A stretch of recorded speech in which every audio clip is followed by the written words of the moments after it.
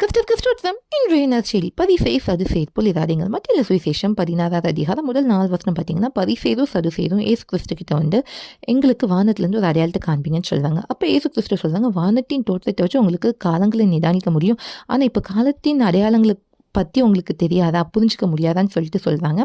இவங்களுக்கு தீர்க்கதரிசியின் அடையாளம் தான் கொடுக்கப்படுமே தவிர வேறு எதுவும் கொடுக்கப்படாதுன்னு சொல்லி அந்த இடத்த விட்டு போகிறாங்க. இன்றைக்கி நம்மளுக்கு சொல்லப்படுற நற்செய்தி என்ன, நம்ம பதிசெய் சதுசெய்து போல் இருக்கக்கூடாது. அதாவது ஏசு கிறிஸ்து அநேக அற்புத அடையாளங்கள் செய்தாங்க, ஆனால் அவங்களால அவர் தேவகுமாரனை ஏற்றுக்கொள்ள முடியல, அவர்கள் முதல் வருகையை அங்கீகரித்து கொள்ள முடியல. ஏன்னா ஏசப்பாவை அவங்க ஏற்றுக்கொள்ளாதனால அவர்கள் முதல் வருகையை அவங்க அங்கீகரிக்கல. இதை போல் நம்ம இருக்கக்கூடாது. இன்றைக்கி காலத்தின் அடையாளங்களை பாருங்க, ஏசப்பா சொன்ன ஒவ்வொன்றும் நடந்துருக்கு.